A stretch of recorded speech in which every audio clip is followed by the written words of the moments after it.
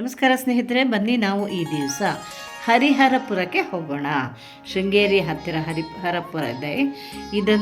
ಇಲ್ಲಿಗೆ ಶ್ರೀ ಶಂಕರಾಚಾರ್ಯರು ಭೇಟಿ ನೀಡಿದರು, ಶ್ರೀಚಕ್ರವನ್ನು ಸ್ಥಾಪನೆ ಮಾಡಿದರು ಅಂಥೇಳಿ ಹೇಳ್ತಾರೆ. ತುಂಬ ಸುಂದರವಾದ ಮಲೆನಾಡಿನ ಮಡಿಲಲ್ಲಿ ಹಸಿರಾಗಿರುವಂಥ ಸ್ಥಳದಲ್ಲಿ ತುಂಗಭದ್ರಾ ನದಿಯು ಪಕ್ಕದಲ್ಲಿ ಹರಿಯುತ್ತಿದೆ. ತುಂಬ ಚೆನ್ನಾಗಿದೆ. ಈ ಒಂದು ಸ್ಥಳವೇ ಅತ್ಯದ್ಭುತವಾಗಿ ನಿಮಗೆ ಒಂದು ರೀತಿಯಲ್ಲಿ ಖುಷಿಯನ್ನು ಕೊಡುತ್ತೆ. ಈ ದೇವಾಲಯದಲ್ಲಿ ಲಕ್ಷ್ಮೀ ನರಸಿಂಹಸ್ವಾಮಿ ಇದ್ದಾರೆ, ಹಾಗೆ ಶಾರದಾ ಮಹೇಶ್ವರಿಯನ್ನು ಸಹ ನೋಡಬಹುದು. ದೊಡ್ಡದಾದ ಒಂದು ಆಂಜನೇಯ ಮೂರ್ತಿ ಸಹ ಇಲ್ಲಿ ಉಂಟು.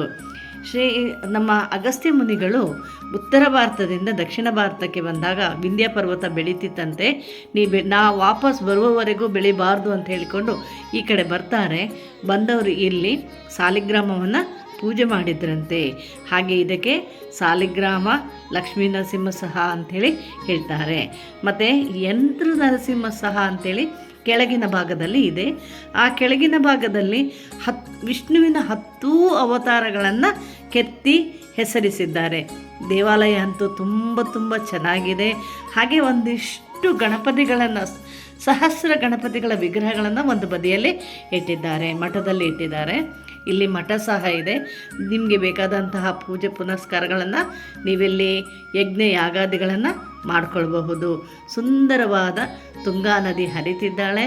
ಸಂಭ್ರಮದಿಂದ ನೀವಿಲ್ಲಿ ಬಂದು ದೇವರನ್ನು ನೋಡಿ ದೇವರ ಆಶೀರ್ವಾದ ಪಡೆಯಬಹುದು. ಒಮ್ಮೆ ಹೋಗಿ ಬನ್ನಿ, ತುಂಬ ಚೆನ್ನಾಗಿದೆ ಜಾಗ. ಇಲ್ಲಿ ನೋಡಿ, ದೇವಾಲಯವೇ ದೊಡ್ಡದಾಗಿ ತುಂಬ ಸುಂದರ ಮೂರ್ತಿಗಳು ಅಲ್ಲಲ್ಲಿ ಇದ್ದು, ಮತ್ತು ನಮ್ಮ ಹನುಮನ ವಿಗ್ರಹ ಕೆತ್ತಿ ತಂದಾಗ ಮೊದಲ ಅವನು ಊರಿದ ಪಾದ ಅಲ್ಲಿತ್ತಂತೆ.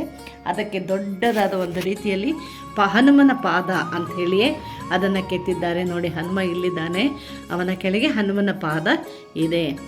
ಮೂರ್ತಿಯಂತೂ ತುಂಬ ಸುಂದರವಾಗಿದೆ, ಎಲ್ಲರನ್ನೂ ಹರಿಸುವಂತಿದೆ. ಇಲ್ಲಿ ಊಟದ ವ್ಯವಸ್ಥೆಯೂ ತುಂಬ ಚೆನ್ನಾಗಿದೆ.